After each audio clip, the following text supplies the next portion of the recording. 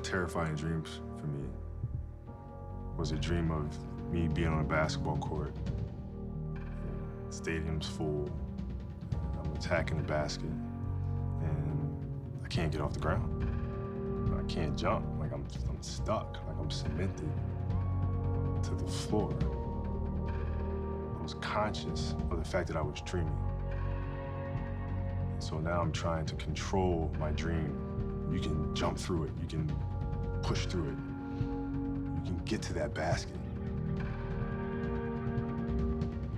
And no matter how hard I tried, my legs were too heavy. Can't jump.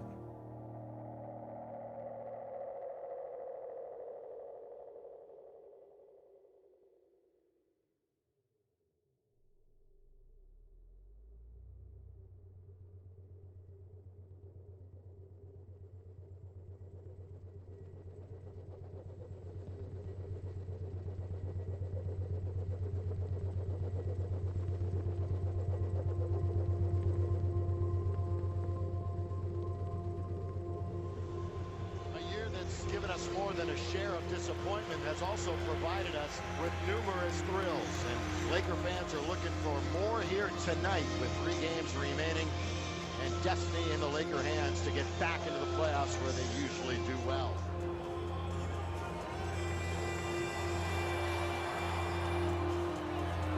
My warm-ups are always just kind of doing a mental check of my body, like what's tight, what's pulling on me, what's not pulling on me, how do I loosen it up, how to get things going. And my body felt a little stiff. He's got 4 seconds on the shot clock. He spins, turns, fall away, short. Taken by Jarrett Jack. I remember getting loosed up, getting going, and then finally in the game kind of working myself into a lather. My body felt good.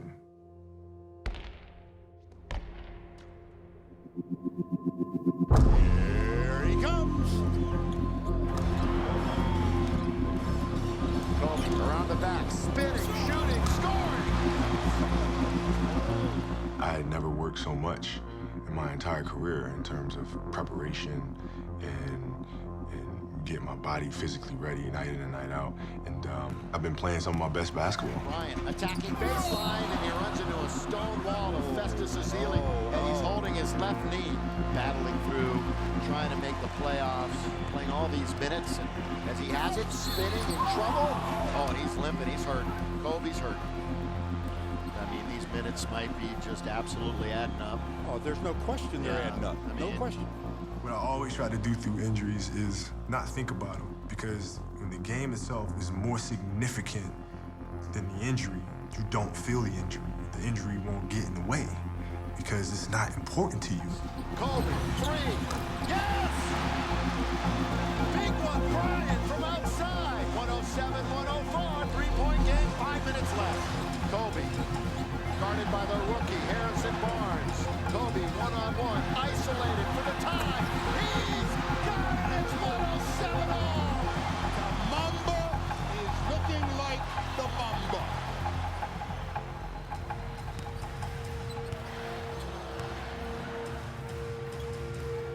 Bryant again going to work, falls down.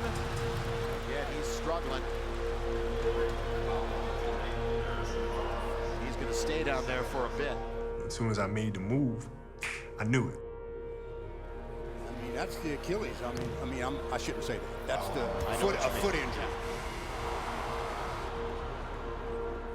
It feels like the shock absorbers in the back of your foot are just gone. There's just nothing there. So when you walk, it's like, it feels like your calf muscle is touching the floor. I could feel it rolling up the back of my calf, as if it was just kind of slipping up further and further. I remember feeling the silence. I remember feeling the fear. 35 years old, 17, 18 years in the league. Like, this could be a wrap. And that's what the silence was. It was like, this could really be a wrap for you.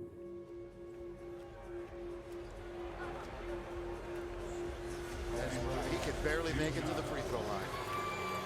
Bryant tonight with 32 points, 5 rebounds, 4 assists, and he is hurting, but the Lakers down by 2, and they want him and need him at the free throw line. Got it.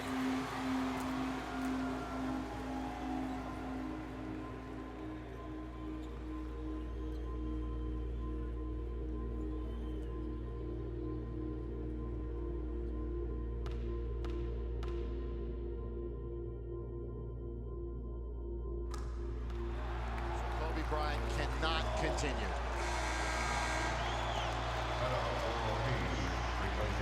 And the crowd. The ovation. And he's going to, I would assume he'd go straight to the locker room.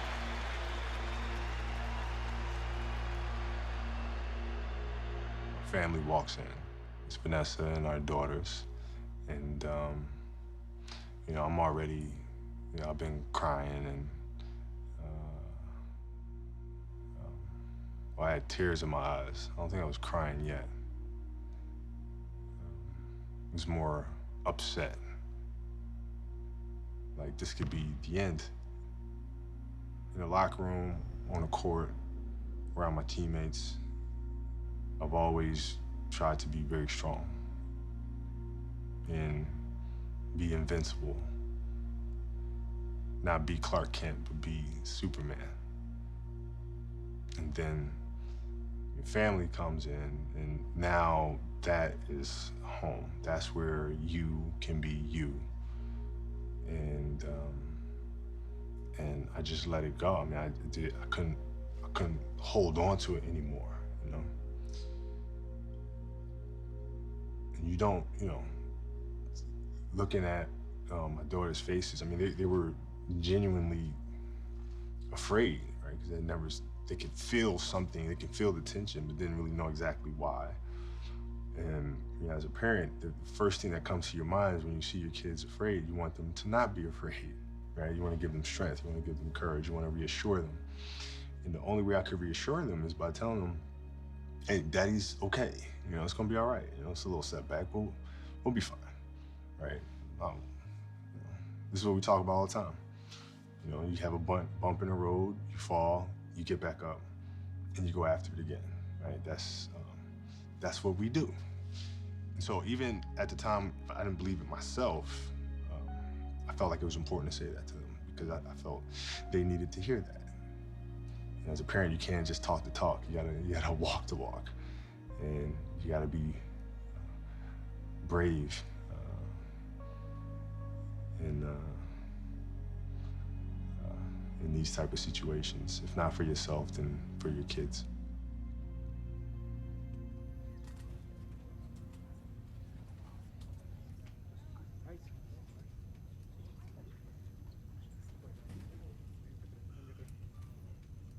Kobe, are you convinced that they told us probable torn Achilles? They're going to do an MRI. Are you pretty convinced that's what it is? Yeah. But if anyone's going to get through this, probably you, right? Oh, man. Shit. You've had tons of personal and professional challenges in your career. Is this at the top of the list? Yeah, you know, but you know, it's fueling me. It's fueling me. I can feel it already. You know, I can feel it already. It's just, you know, players at this stage of their career, you know, they pop Achilles, and you know, the pundits say they never come back the same. So I can hear it already, and it's pissing me off right now, just thinking about it. So this isn't the last game that we'll see you play? Really? Well, no, you said, I'm not trying to be rude. Really? I'm sorry. I'm just trying to... It's appropriate that you ask that question from down there.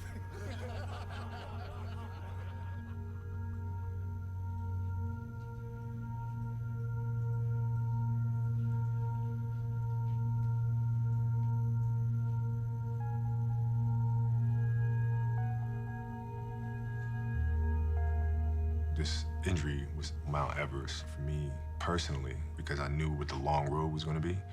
So, you know, at that point, you have to make a decision. You have to make a choice.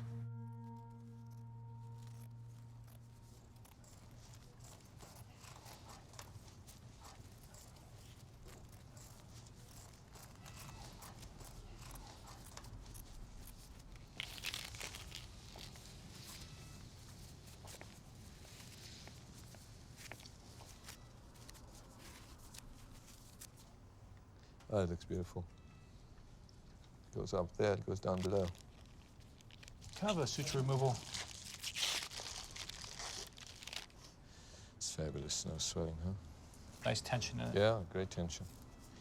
Kobe, the tension is just perfect. It is? Oh, yeah. Beautiful. Yeah, beautiful. Can you feel me? Can you feel me touching you here? Yeah.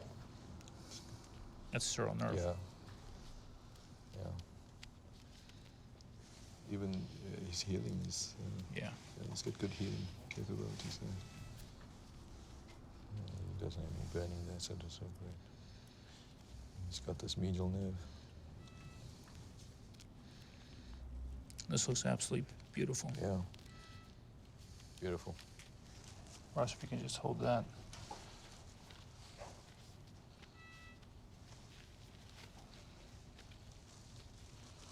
Okay, and then just go ahead and open up the cling.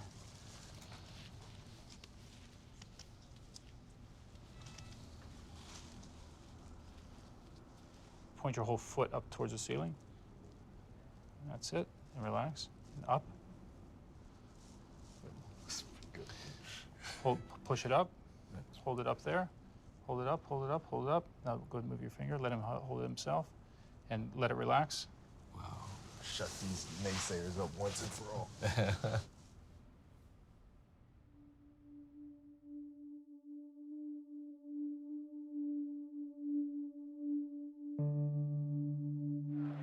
Bryant puts it on the floor, gets inside of Spencer. Hey, oh, that's on top of Kareem and levels the building. Jelly bean, made like Daryl Dockett. Bryant arms the building shaker. Look at this, way up there, and he slams it down. Look at his body, how high he is in the air. That's incredible. He used to be really sore from playing, you know, so he would have his kids walk on his back, which I thought was really fun. Trying to stand on your father's back and you're cracking his back as you're walking on top of him. I always thought that was pretty cool. He used to walk on his hamstrings and stuff.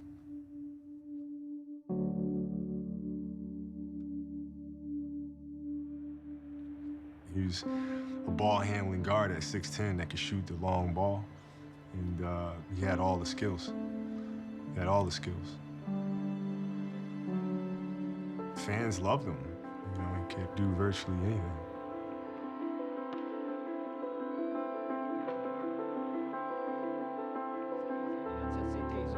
Bryant, tiro da 3 punti, finge il tiro da 3 punti, brucia. Tolbert, bellissimo. So he played in the NBA for 8 years and decided if he wanted to further his career and play the way he wanted to play, he should make the transition to play overseas and play in Italy. So he took us with him. Bene, alle nostre spalle abbiamo visto anche un bel primo piano di Pamela Bryant, la signora Bryant, la moglie di Joe Bryant, grande protagonista del... I was 6. And at 6, you just go with the flow. You move into a place where you don't speak the language at all. You have friends there, and after 2 years, you bounce to another city. Now you have to start again. And then 2 years later, repeats itself. 2 years later, that repeats itself. And now you really don't know anybody, and you have to figure things out all over again. I would be more than happy just to tag along, just to be around that atmosphere, be around the game, and be a ball boy, and just kind of be in the mix. I would sit under the basket the entire game, and I'd have one of those big, court sweeper things. Something happened on the court, somebody slipped or some sweat. I was really anal about making sure I got every last drop up. It was a rush to be that close. I used to try to sleep with my clothes on.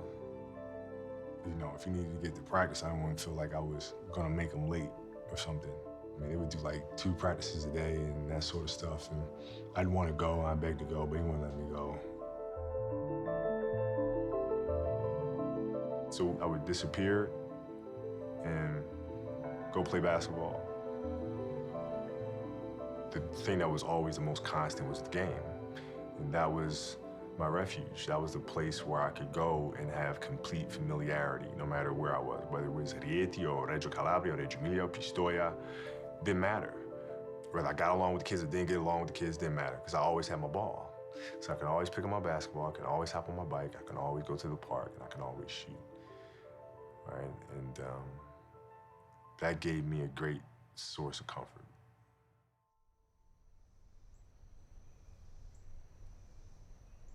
Jumper's not hot enough, and the rebound is to Scott. Scott to Magic Johnson. Magic in the front court. Good transition. Bounce down the middle. Green slam dunk. It's going to be stolen, I think, by the doctor. Yes, he's got it. Here he comes. Way rock the baby to sleep and slam dunk. Parrish back out to Dennis. Dennis looks for Dange. Gives it to him, top of the key. Over to Bird. Bird's three-pointer and away. Good!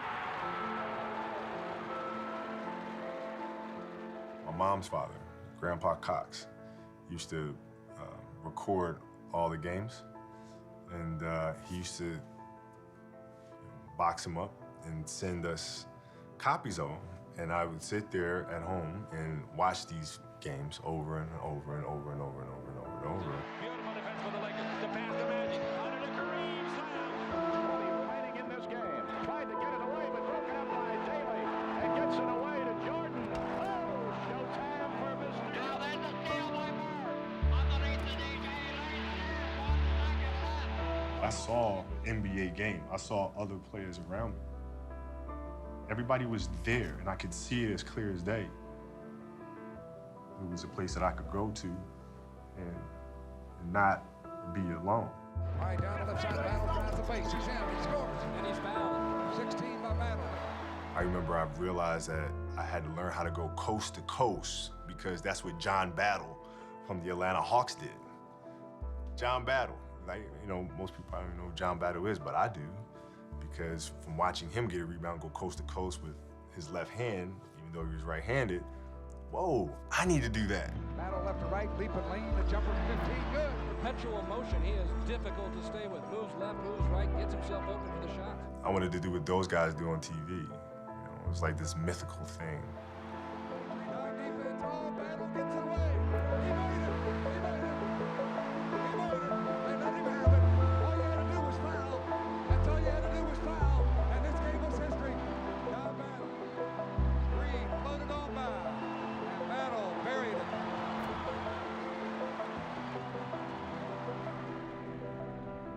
6 to 9 months is the very earliest, and in all probability it's a year. And the real question which you've hit on is, will he ever be the same? And many of our best basketball players, Isaiah Thomas, Shaq, Barkley, all retired after this injury.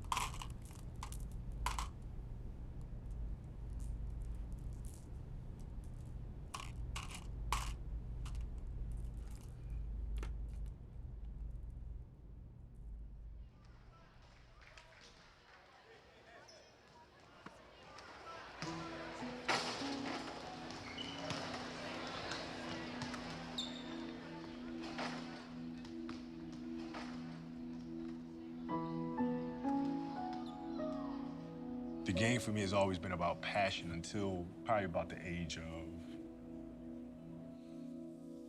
of 13. So it was all about kind of love. It was fun. You know, I went out and played and, you know, had a good time.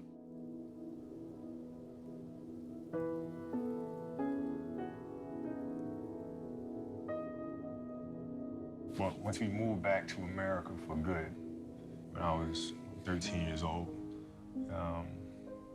I kind of moved in about November or so in the school year at Ballard Kenwood Middle School. And it was different. I mean, I didn't understand the slang. As a little Italian boy, I didn't understand the fashion.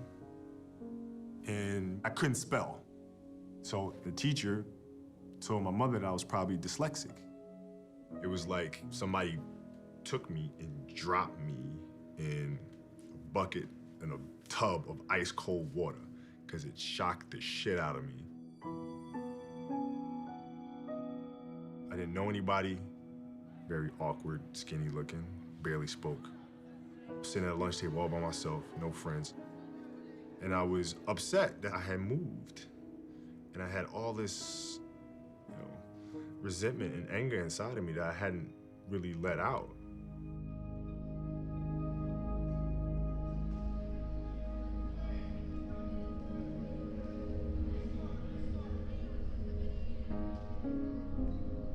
It was never viewed as,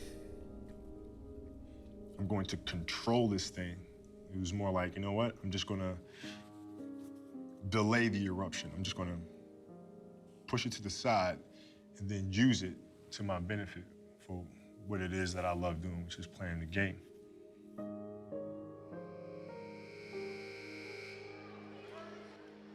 And once I discovered that, everything about the game changed.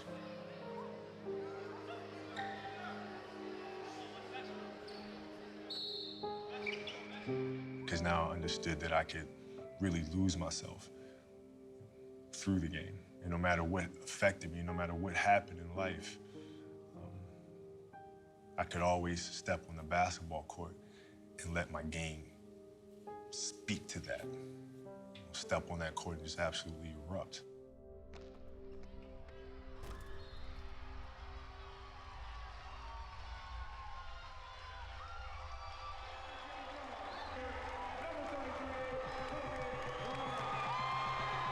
And that feeling of playing with that rage was new to me, but I fucking loved it.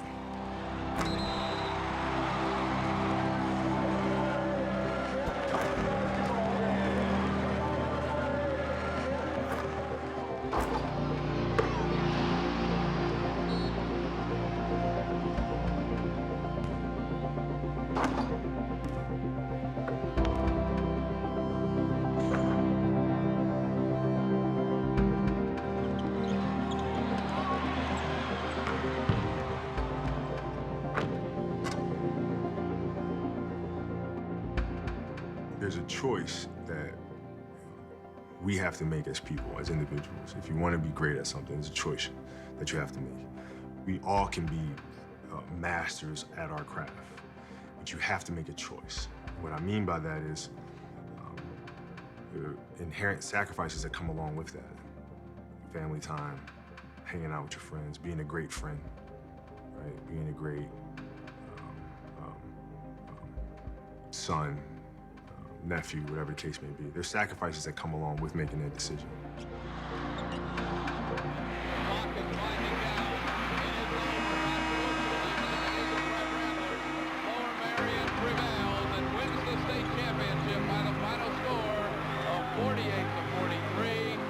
Celebration is on for the Aces, and look at the media chasing Kobe Bryant.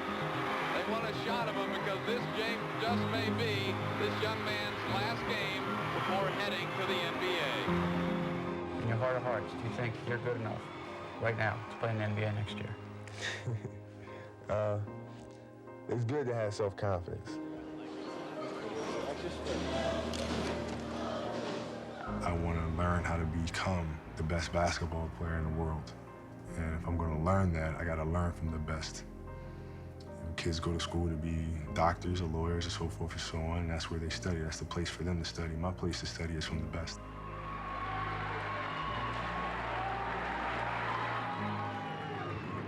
Kobe Bryant. I have decided to skip college and take my talent to the NBA. I knew that I was not going to be stopped. So at the age of 18, this was my life. right? So you can't possibly become better than me because you're not spending the time on it that I do. Even if you want to spend the time on it, you can't because you have other things. You have other responsibilities that are taking you away from it. So I already won.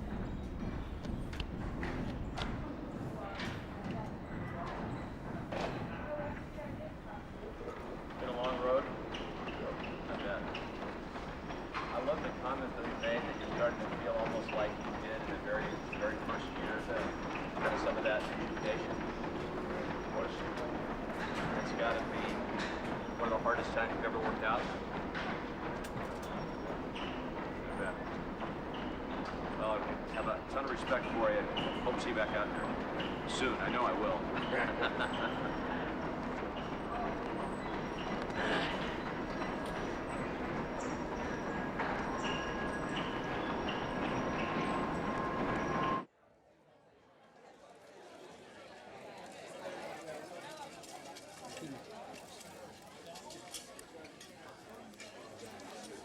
We'll put the rich guy in the middle.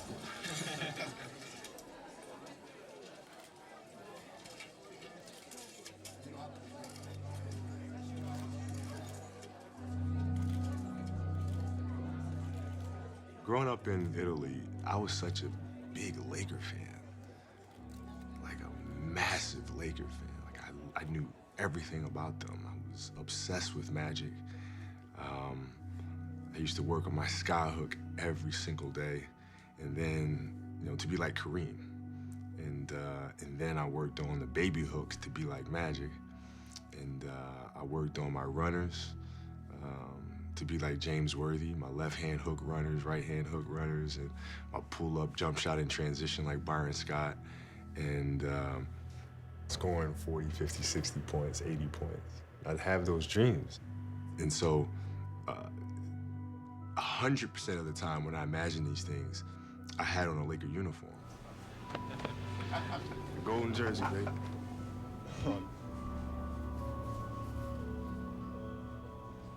This was like dream come true. Eldon Campbell back on the floor with Rooks, and Kobe Bryant making his first appearance in Madison Square Garden. 18 years of age, and he'll go to the free throw line. Now, let's give you some perspective. This is the third game of the season. A year ago at this time, in his third game for Lower Merion High School, Kobe Bryant was leading the Lower Merion Aces to a victory over Haverford High School. There is his first point in the NBA. And it comes at the age of 18 years, 2 months, and a couple of days. All season, I was just waiting and waiting for my opportunity to come. I wanted to prove that I was better than they thought I was. You know, I wanted to prove to myself that I'm better than they think I was. And I was mentally preparing myself and visualizing the moment that would come where, you know, I lead the Los Angeles Lakers to a victory. Knight comes off the backboard to Shaq for the rebound. Wrapped around pass, the mustard's off the hot dog. Kobe, don't do that. You know you're going to wear out your pants in the pine doing that. There were times I'd sit the bench for 7 straight games and then play the last 20 seconds of a game and then look around and see other players around the league that are out there playing and performing and setting the league on fire. Iverson has Jordan. The crowd is into it. Allen shakes free, gets two! comes to Ray Allen. He's going to right down the middle and jam. I knew I could play with these guys because I had seen them up close. I knew I could compete with them, but I wasn't getting the opportunity to show it. There's Kobe on the bench, itching to get in. One of the things that I always used to do is get in my car and drive around the campus of UCLA. And I'd see kids hanging out in fraternity houses and just walking around. I just wanted to feel that. Just wanted to feel that. And then I'd even wonder, fuck, did I make the wrong choice, man? Did I fuck up? I could be going to college and laughing and hanging out with these kids, man, and having a good time and enjoying it. But no, here I am. It's game 5 of the best-of-7 Western Conference semifinal. The Utah Jazz leading this series 3-1. Lakers do not have a timeout. 11.3 to play in regulation. You see the score. Before each series, we got a binder, and it had all the plays and the players and the statistics. And I mean, I really studied it. Like, I really studied it. And I didn't know most of the players took the books and, just kind of left them in their rooms or whatever. I really studied them. Like, I knew the sets. I knew the percentages. I knew, and I just tried to be as prepared as possible because this was like, I didn't want to mess up. This has been a game for Los Angeles that obviously they need to win. Boston, they're eliminated from the playoffs, and here we go. Kobe Bryant will take it. Right about Russell. 5 seconds left. 4. Bryant drives. Pull up. Shot on the way. No good. We go to overtime. I'll say this, for an 18-year-old to take this shot when it's on the line, let's give him some credit for that. Feeds to a wide open Kobe Bryant. The three, another air ball. He shoots back-to-back air ball. Jazz basketball. See how strong-minded he is, because that hurts confidence both in Kobe and his teammates throwing the ball. He has shot 2 air balls in a row. He's got to come up and play like it's nothing. You just missed the shot. That's all that happened. Brilliant. Bryant backs it out straight away to Kobe Bryant. Bryant for 3. It's short again. Air ball. Air ball. Beyond Ricky. 3 times. He shot air ball. You're just going to keep on going no matter what. When you fail 10 times, that 11th time is going to be great. It's not the 11th time, the 12th time is going to be great. But eventually, it's going to happen. 15 seconds to go, a chance to tie, and Exel with it. Got a chance if he gets close to 5. Bryant for the tie, another air ball. It's over, it's over. I do believe it's over. It's all over.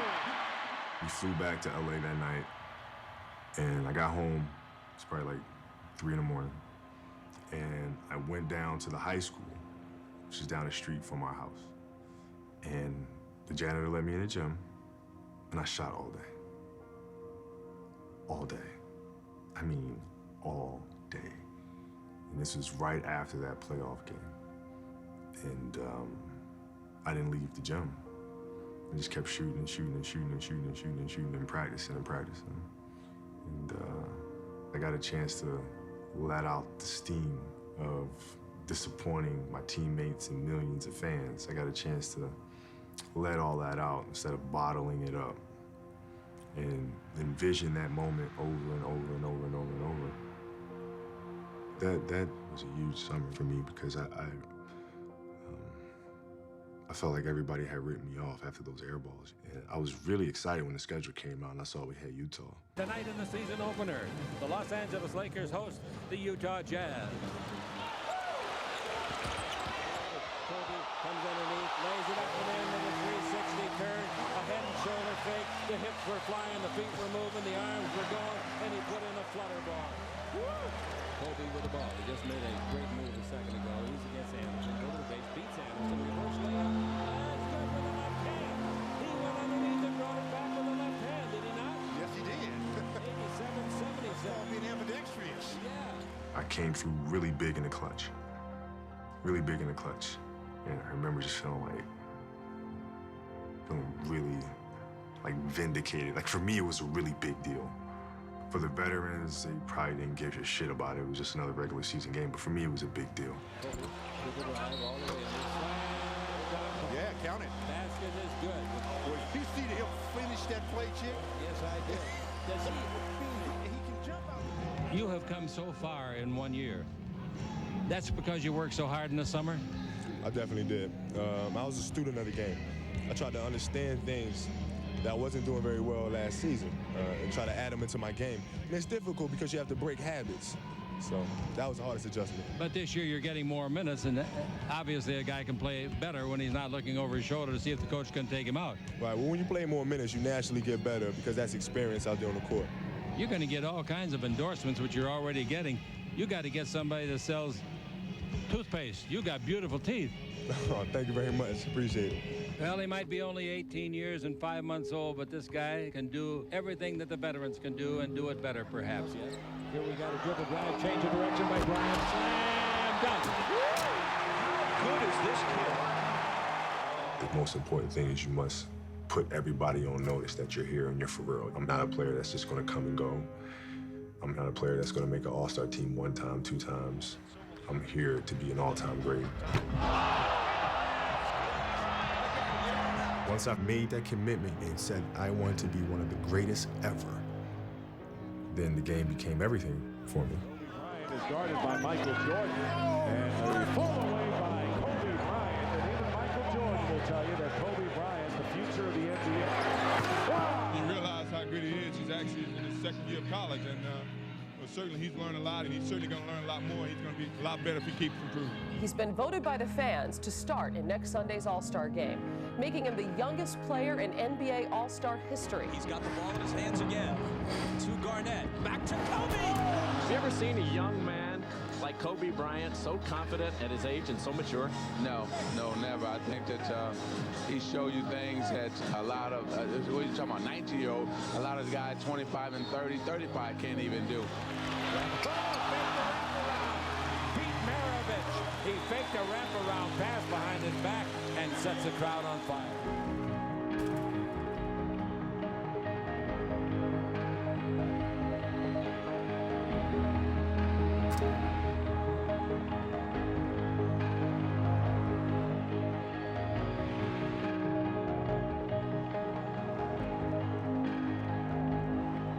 It's like that scene in the movie where everything just magically happens the right way.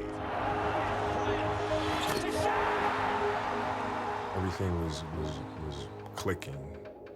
You know, playing the best basketball of my career, the physical aspect, the mental aspect, starting my family. Everything's just rolling. Kobe! Here's Bryant, 6 on the shot clock. Reggie defending. Kobe 5 shot. Kobe Bryant. Both teams battling for their collective lives. Kobe's outside hitter.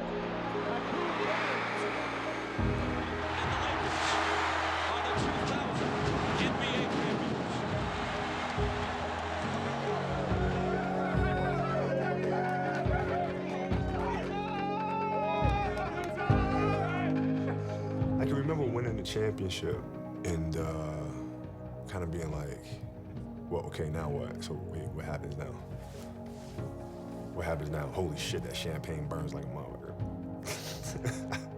All right, let's celebrate. Let's, wave the champagne bottles around. Just don't drop it. Seriously hurt somebody if you drop it.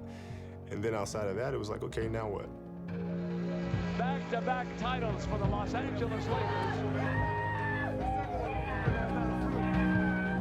Kobe Bryant is just 22 years old. There's nothing he can't do. He already has the total package. Shaquille O'Neal, historical, unprecedented what he has done.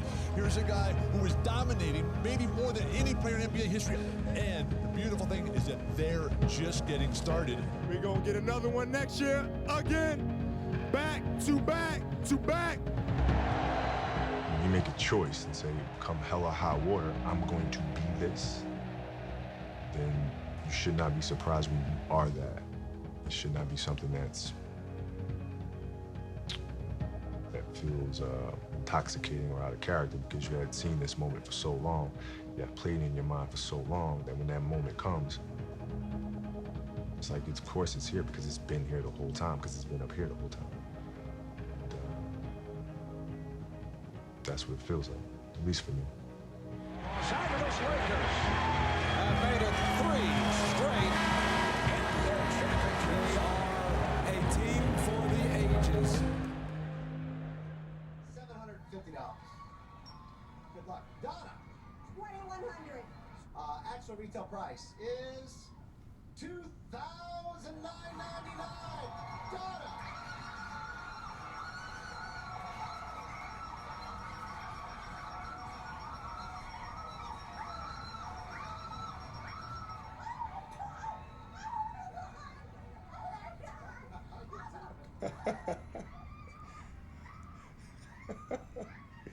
She's having an exorcism.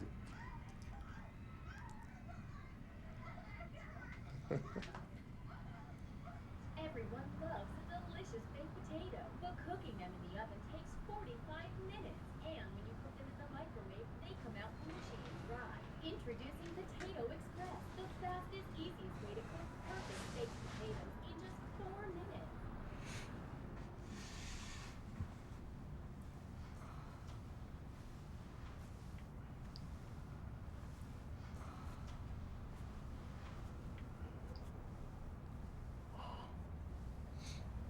Is it bad? No, it feels a lot better. Anywhere else stretch? No. When I wake up in the morning, though, it's tight, right at the attachment of the tendon and the calcaneus. Down there. Yep. Yeah, I don't even know how to spell calcaneus, but I know what the fuck it is.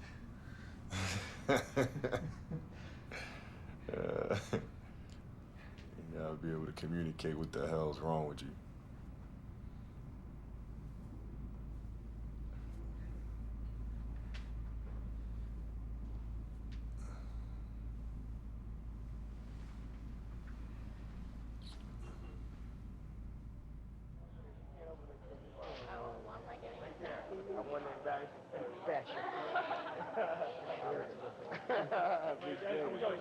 Let's go. Hey. Play back. Come on. Right. Uh-huh. What's happening, y'all? Welcome to my first video shoot.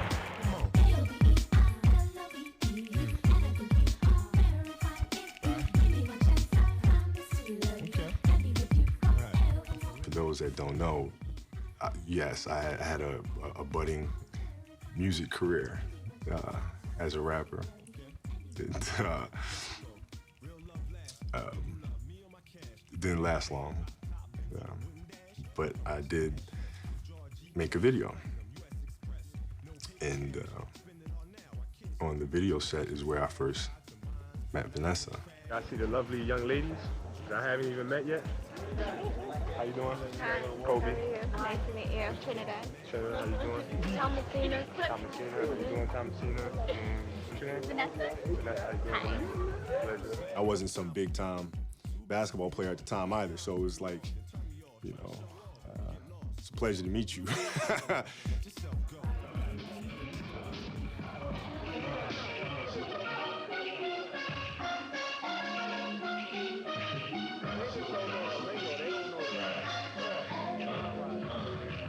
It was a 2-day video shoot, and I was always looking for her. Like, I wanted to know where she was. You know, I would finish the take and then go to my trailer, but I wonder where she is the entire time, and then come out of the trailer and just want to talk to her some more in between takes and stuff like that. And she wrote a phone number down at the time where you had to still write phone numbers down. And I called her the very next day, and we talked for hours. Vanessa, say what's up to the NBA. NBA is Vanessa. She was just beautiful. We literally did everything together. And I thought I was a big dork because I loved Disneyland. I loved the Disney movies and things like that, but I never really had a chance to go to the park much. And she was a big Disney fan too. And we used to hang out at Disneyland. We used to go to Magic Mountain. She became my best friend, you know? And for me, it was very different to have somebody that I was so close to, because I had been so used to growing up in isolation, really, and moving around from place to place and making new friends all the time. So I never really opened up to anybody because I knew I was just gonna inevitably move. But now, you know, being in Los Angeles and feeling like I'm gonna be a Laker for the rest of my life, and I just met this beautiful woman that I just see the world the same way with. We decided to to get married. I proposed, she said yes. We're both so young, right? So I'd wake up and I'd go train and I'd come back and she'd still be in the bed sleeping like 18-year-olds do, man. She'd be asleep till like 12, 1 o'clock in the afternoon, man. And then I lay down with her and I'd go to sleep again too. And then, you know, we'd wake up and just, you know, do what kids do. Do what kids do. I'd take her to the batting cage. We'd go hit some balls. Like, you know, we play miniature golf. You know, we go to the movies. We go out to eat. It was a beautiful time, man.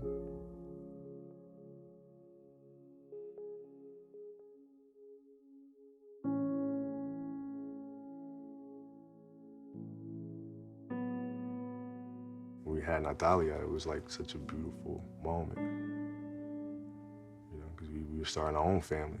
And I found so much enjoyment in just being with our baby girl. You know, it was great. And you putting together the nursery and, you know, the crib and all those weird baby Einstein, baby Mozart videos where you kind of just hypnotizing your kid. Like we went through all of that stuff, and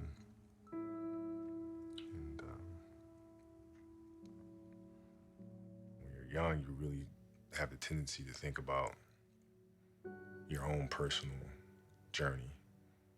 And for us, it was about taking two young people and trying to figure out our journey together and try to grow together, which is a challenge. But when you have a kid, then it becomes even bigger than that, because now you have responsibility of this little life that you have to mold.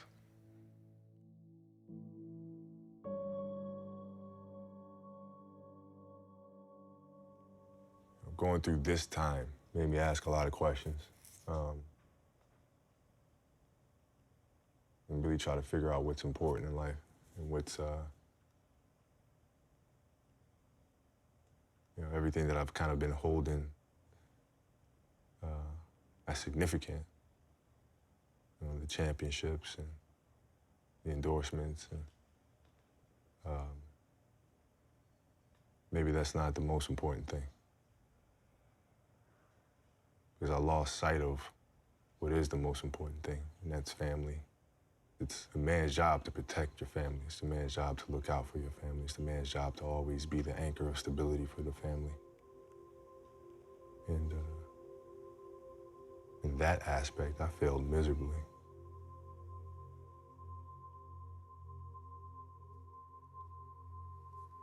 I'd wake up in the morning and not know if like today is the day where I lose my family. Like, is this the day where it's a wrap? You know, and like, you know, she just had enough. One of the things that she said, you know, during that time, I hated your guts,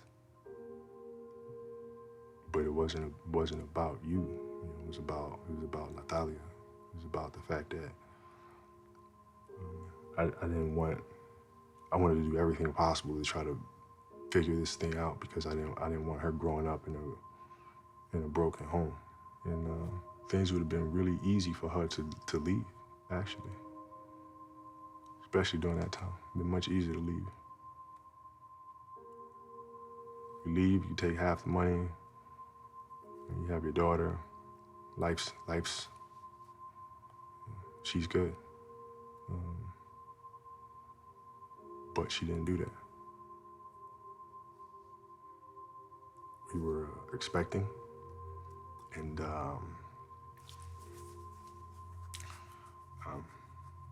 expecting our second child during that time, and there was just so much stress. She actually, we actually miscarried, and you know. And, you know, it's something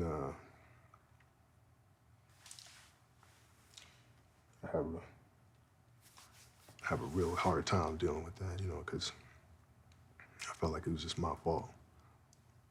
You know what I mean?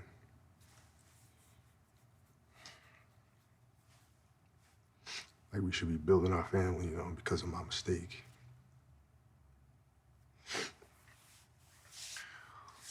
Because it's a tough year, we're not, you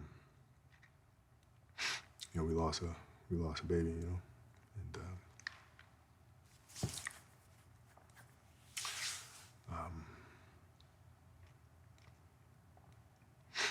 it's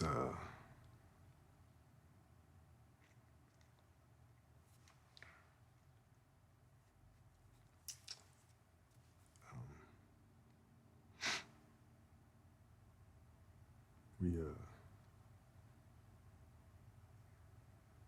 try to justify the fact that, you know, it's you know, realize how common miscarriages are, and like, you know, these things happen, and like, you know, it's part of the process. But the reality is it happened because of me. You know, that's the reality of it, you know. And that's something I have to deal with. That's something I gotta carry forever.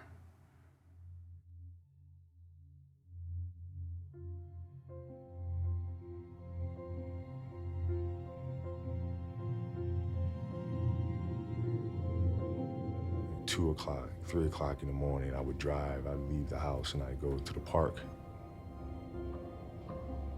And I'd just sit at midcourt. I'd just sit there. I was sitting on the basketball. I was just looking out. I was looking up at the stars. I was looking up at the basket and just kind of looking around. And then I saw myself. I saw myself, 8-year-old self, sitting in front of me on a ball. And then I thought, well, what would I say to me? Knowing now all the pain that I would go through. My family would go through. I don't know if I'd keep playing the game.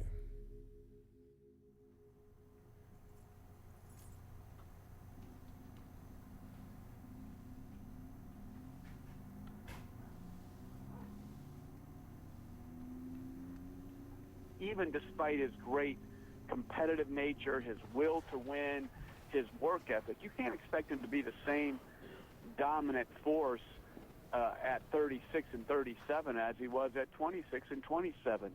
As Mark Jackson always said to me, Father Time is undefeated, and it's the truth.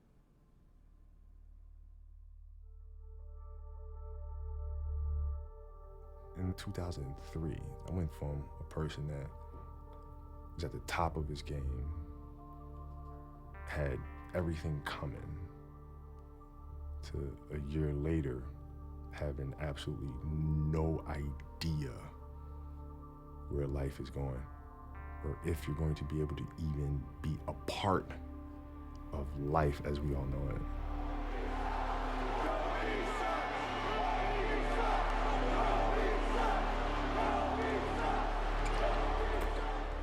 I hear everything that the crowd is saying, and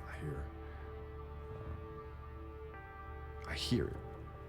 So it's like this place where it was my refuge is now being bombarded with all kinds of things that they would say. And I had to separate myself. Because going through that time, it felt like there's so many things coming at once. It was just becoming very, very confusing. I had to organize things. So I created the Black Mamba. Mamba, as he's known as, the killer black snake, has the killer look in his eyes right now. So Kobe has to deal with these issues, all the personal challenges. The Black Mamba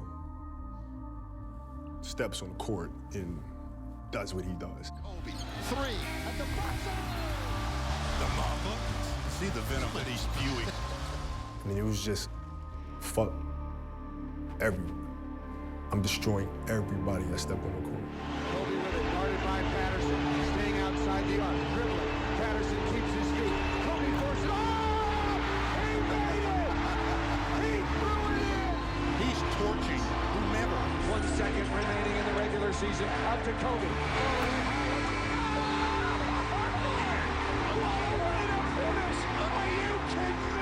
And the Lakers have won the Pacific Division title. I had all of this pent up frustration that I needed to let out.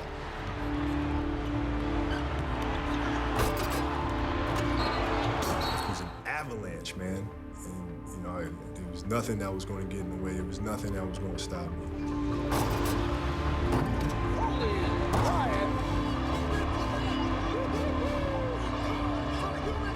It's the battle that's going on within me that I'm carrying with me to these competitions. So it's not about you. It's not about anybody else. You're not making me go. I'm driving this thing, man, and you just so happen to be a person that's in a way that's, that may get demolished in the process.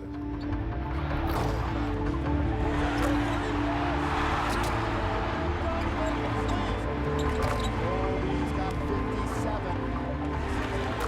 67 points.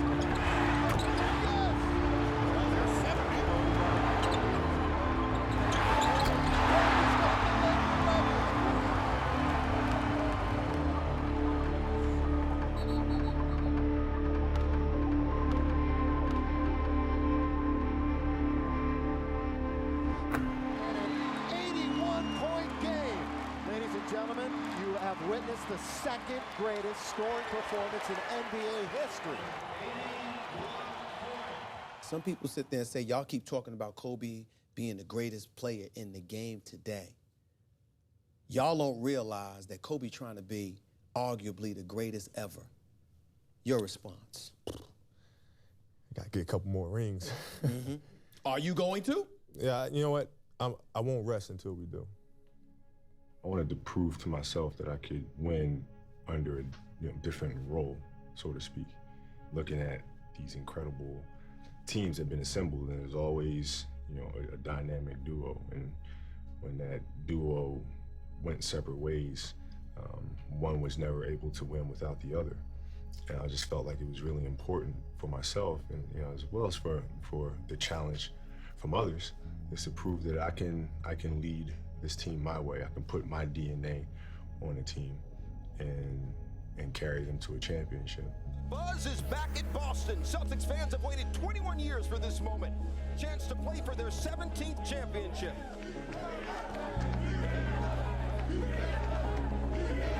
But look who's standing in the way. The NBA's MVP, Kobe Bryant and the Lakers. The greatest rivalry in the history of the sport is ready for its next chapter.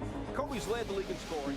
He's won All-Star MVPs. He's won championships, but he's different this year, Magic. What's the best advice you gave him before the season? Well, I pulled him aside and said, hey, if you want to be considered like Michael Jordan, you have to now make your teammates better. You have to become a better leader, and then you have to trust your teammates. He's taken the guys out to dinner 3 or 4 times this year. He never did that before. No, never did it before. But look at him now.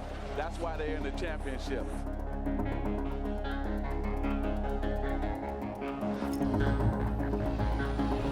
Gets inside in the finish.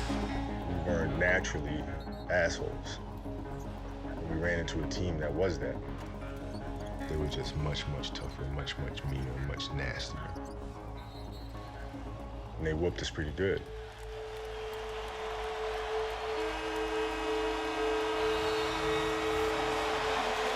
After a 22-year absence, the Boston Celtics are NBA champions once again.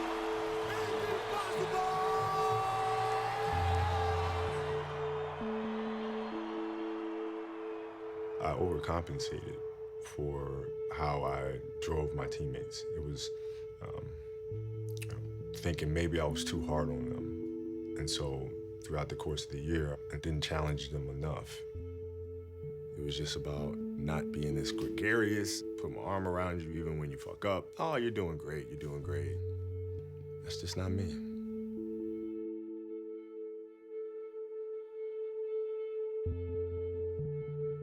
Kobe, you won the MVP, you led the team to the finals. How do you characterize this season? Well, I mean, the goal was to win a championship. You know, it wasn't to win MVP or anything like that, it was to win a championship. So, you know, from that aspect, we failed. If I'm gonna go down, I'm gonna go down my way and leading my way. And this team is gonna have my personality, they're gonna have my grit, they're gonna have my fight, they're gonna have my will, my competitive spirit. And so when we step on that basketball court, you're not facing me and just my competitive fire, but you're facing 12 of those. And the challenge became, how do I get that done?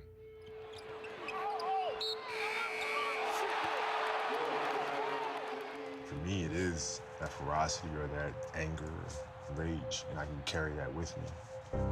Now it became, how do I instill this to the rest of my guys, to the rest of my teammates? Using the darker emotions, the anger or resentment or frustration and sadness, and using that as a weapon, using that as a form of offense. It's a scar, it's pain, it's a bad memory. Some people are probably afraid to tap into that side of them, but it's such a powerful thing. Once they own it themselves, then the sky is the limit, because they're going to drive themselves and pull it from who they are and all of their life experiences and things that have motivated them. Matter of fact, get your hands off me. Don't touch me the rest of the scrimmage. Get your hands off me. Just start driving, needling them, right? Pushing them. The smoke has cleared and 2 remain standing. The Lakers and Magic tipping off the 09 NBA Finals in LA. Kobe Bryant as focused as I've ever seen him in his entire career. You talk about a guy with one mindset, that's to win.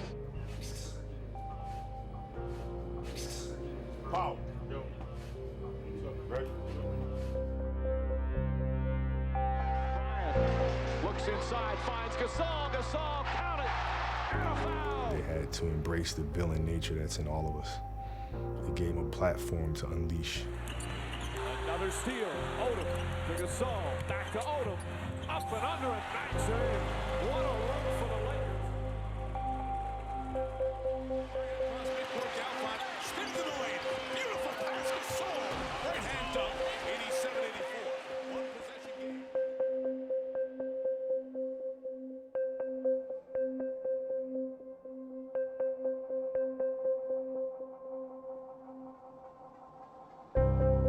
Derek Fisher with another clutch three.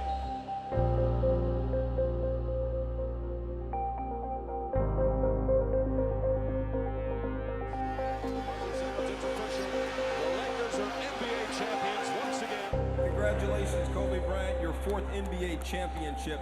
How are you different as a man and a player than you were 7 years ago, the last time you won a championship? I think you just get better. You just grow as a person, you grow as a man, and you just try to figure out the best way to lead these guys.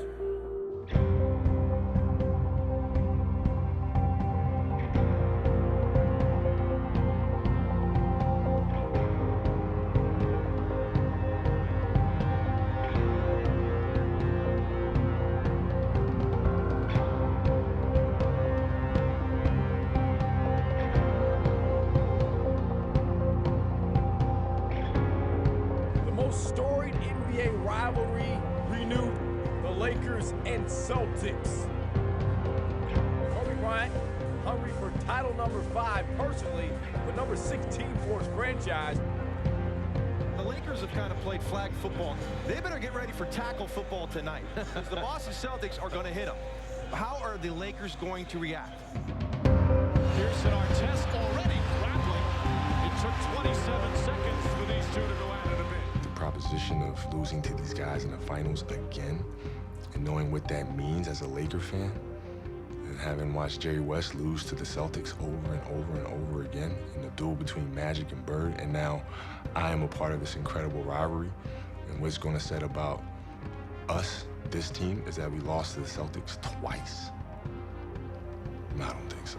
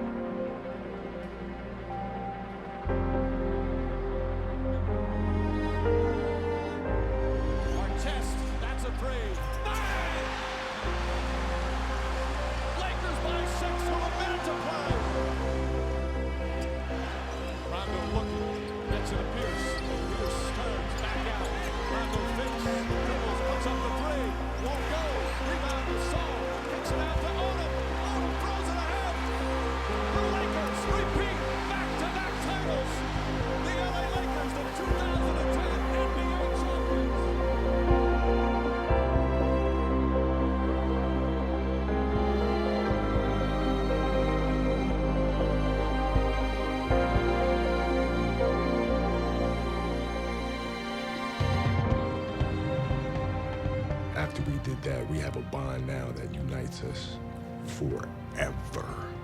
Forever. We have a bond that'll never be broken because we, the lion looked us in the face and we looked back.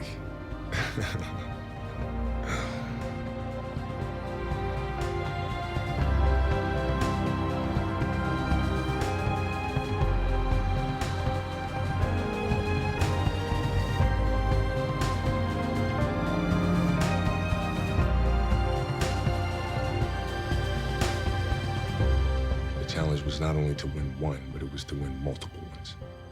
And to be able to sit at the same lunch table with my muses, Michael, Magic. I want to be able to sit down at the same table with them and belong there. And I'm very proud to be able to say I can do that.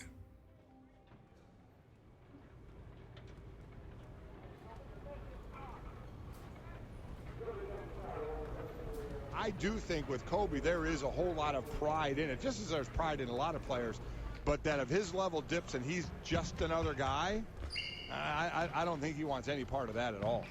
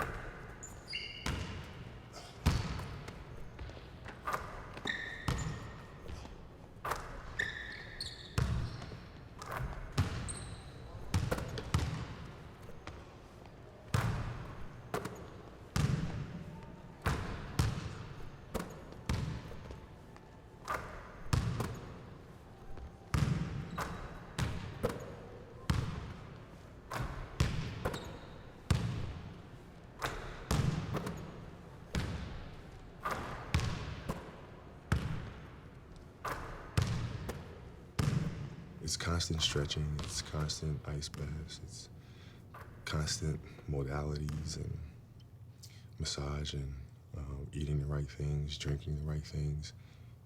It's a lifestyle, you know, it's a full-time commitment. And, you know, I'm no spring chicken, you know, but that's okay. Like, I can figure my way around it.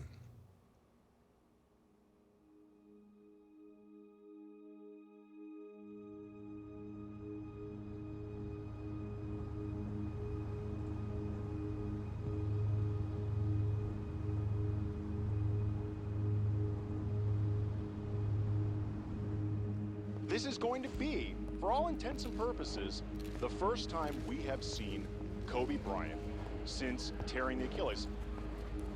This is hopefully the foundation for Kobe moving forward, recovering from that injury, and as he will tell you, he is stoked out of his mind to be there. I can feel the energy in the building, the sounds of the cameras flashing, the smell, the popcorn, like the sounds, people walking around, preparing for the game. You can feel the intensity in the air.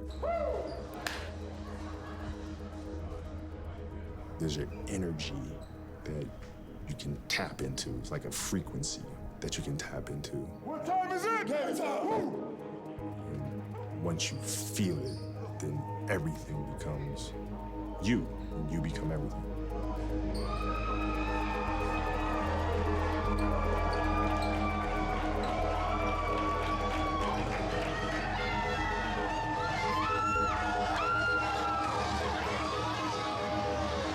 And the other guard wears number 24, 6'6",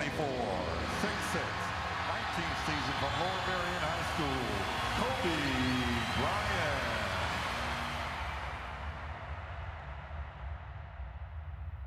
I love what I do. And it's as simple as that. I get so much enjoyment from it.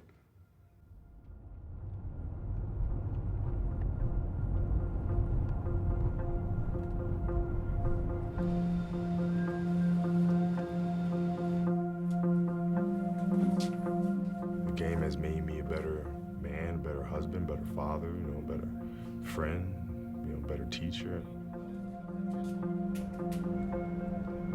It's helped me figure out who I am.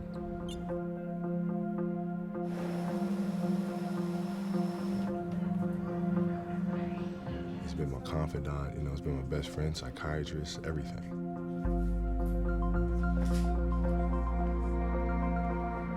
It's the seed that started everything for me. Everything grew from this ball.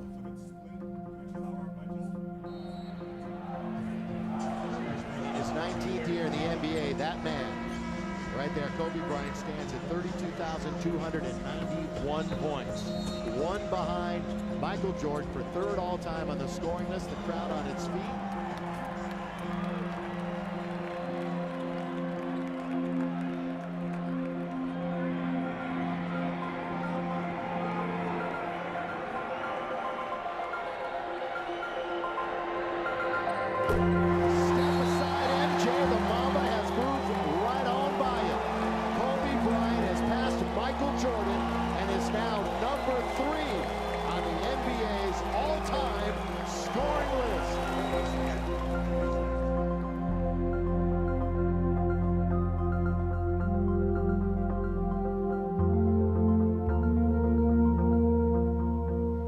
As I sit here now, I take off my shoe and I look down at my scar, I see beauty in that.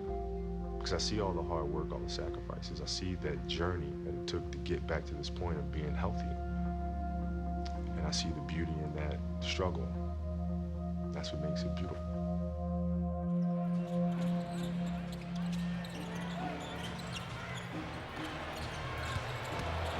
Kobe dunks it home as he goes baseline. Wow. Yeah, that right arm, boy, it's just there. That's on his shooting shoulder. But it's just a sore right shoulder is what the Lakers are calling it. Kobe has gone back to the locker room. That will be the topic of conversation throughout the next day or so, obviously, the health of Bryant.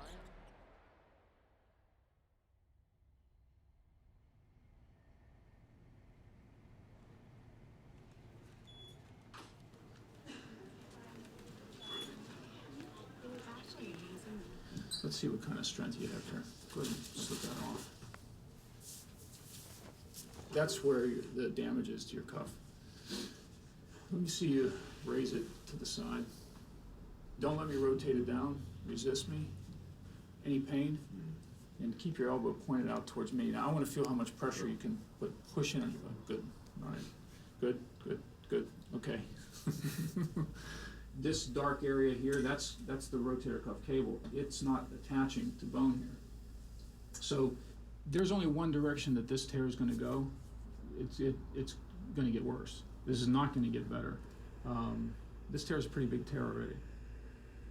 Your normal daily function, aside from basketball, raising your arm, doing activities of daily living, certainly lifting your kids, playing around, that sort of thing with the arm in this position is going to get tougher. I think that this is going to need to be fixed because it will cause a problem for you. And we like to try to fix these things when you're younger and the tear is smaller. And what's best for your shoulder is to get it fixed soon. God, I just don't know if I'm going to deal with another fucking 9 months of some shit. No, I know. And it seems that, with the way your injuries have happened, the second part of your season, your off season, has been dominated by rehab and rather than an off season.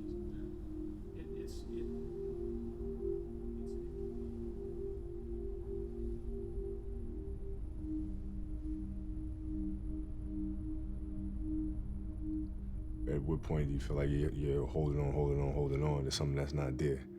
Right? And at what point do your determination and your drive, become unreasonable or something that's just not possible?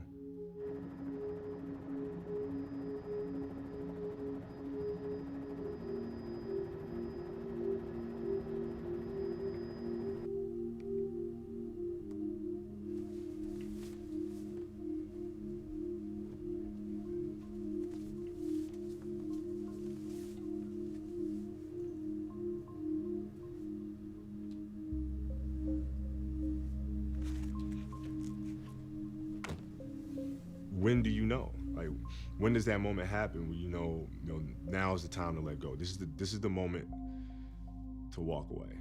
Like, do you ever truly know that? I don't think I don't know if you do. I don't know if there's ever a moment which is the right moment. I don't know if that moment ever comes.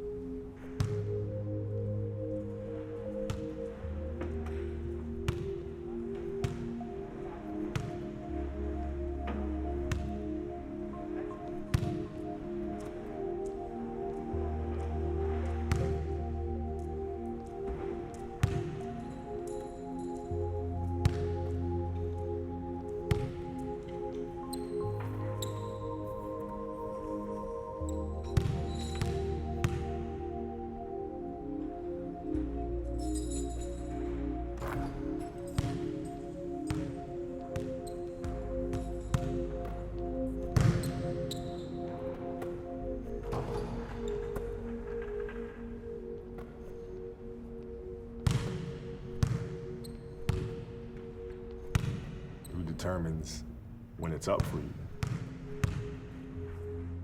When we say this cannot be accomplished, this cannot be done, then we are shortchanging ourselves.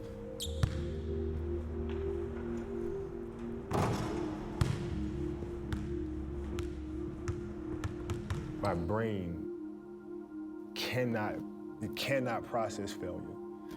It will not process failure. Because if I sit there and have to face myself and tell myself, you're a failure, I think that's almost worse than death.